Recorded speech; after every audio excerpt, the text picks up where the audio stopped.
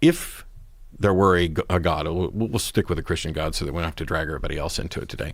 But if there were a God, that would be a sufficient explanation for why some of these devout religious tendencies seem to be beneficial to the practitioner. In the same way that if there were a God, that would explain some of the things that creationists point to with regard to design. My concerns on these are separate. Yes, of course, that would be sufficient, but is it actually true? Because we've done this over and over again, where we make an inference to an explanation based on whatever limited knowledge and information we have right now, and then we find out later we got it wrong. And every time we found out later that we got it wrong, it was scientific exploration and discovery that found out it was wrong. And at no point have we ever found out we were wrong about a God. What do you make of that, Ben? Well, is secular humanism new? In one sense, yes, quite new. In another sense, I think it's a repackaging of Christianity light. I do think Nietzsche's critique holds that secular humanism tends to be Christianity where God is swapped out for the good. But to the extent that's true, couldn't we just say that Christianity is the Hammurabic code swapped out or upgraded or changed, or that all of this is derivative? At some point, we're talking about human beings and how they choose to try to answer the questions and live lives cooperatively. Whether you're going back to animism and some tribal struggle, then this becomes a more codified sort of language. And when people aren't paying attention to it and the village elder is no longer a sufficient authority, we appeal to one outside of there. I mean, this would also be a sufficient explanation for the history of religion. So to say that secular humanism is a newly packaged, light, modified version of Christianity really isn't relevant if Christianity is a modified version of other things that all tie back to the human being. Which is a big if, and I don't think it is at all. I think what you get when you look at human civilizations, what you get when you look at the Hammurabi Code, when you look at the Enuma Elish, when you look at any number of the ancient Near Eastern texts, when you look at any number of Greco-Roman understandings of the world, or Persian understanding of the world, or Muslim understanding of the world, it is basically that in the realm of the flesh, in the realm of biological reality, it is survival of the fittest, and therefore sacrifice of the weakest. And I think what you get absolutely uniquely in Christianity is the reverse of that. You have in Christ the fittest who is sacrificed for the survival of the weakest.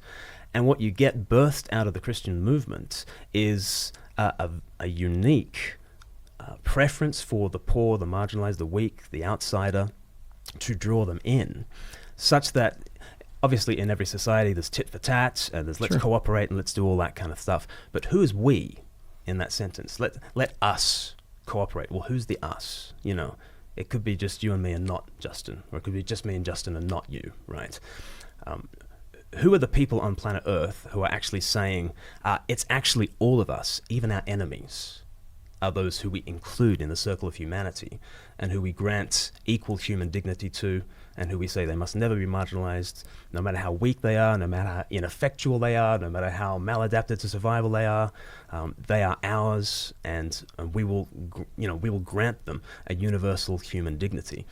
That's a thoroughly Christian idea, and it's not, it's obviously it's found on the first page of the Bible, so it's there in Judaism, but it is a uniquely Christian idea that I think secular humanism has taken on.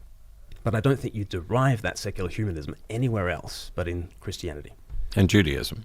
Mm-hmm.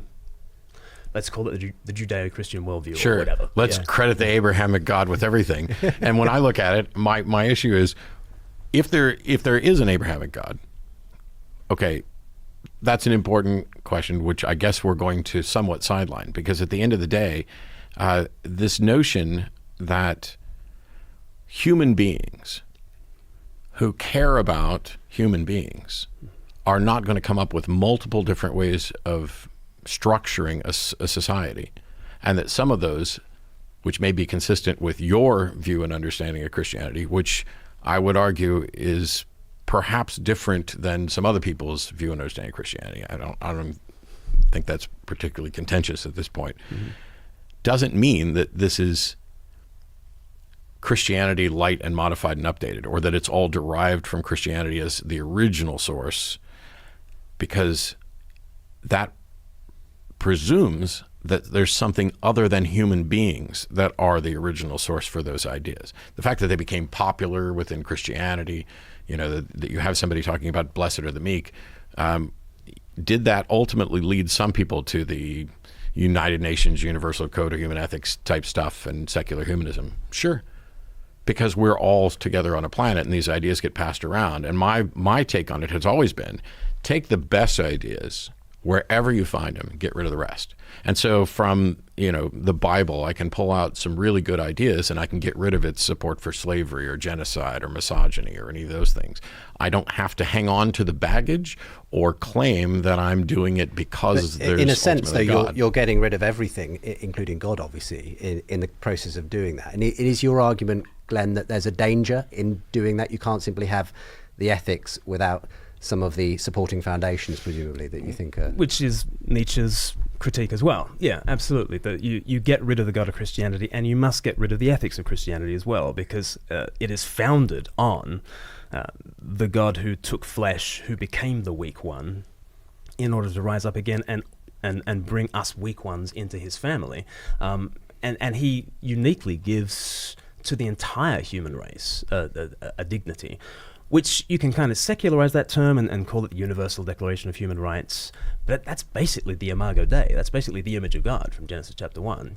So wait, on one hand, you seem to be saying you can't remove God and still maintain these things, and yet you're claiming that secular humanism has done exactly that.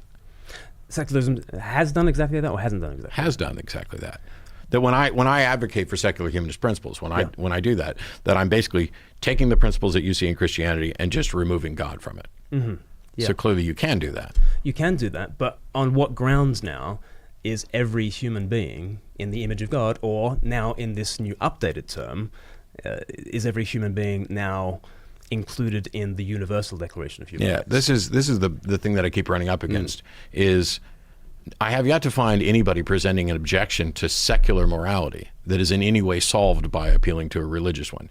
The big thing that you get to is, well, what's the foundational source and why should I care about it? This is where when Sam writes Moral Landscape and people are like, well, you haven't fully explained well-being. Of course, we haven't. I mean, this is the process where we're continuing to discover things. Well, why should anybody care about well-being? Mm-hmm. is the big question that Sam always gets asked.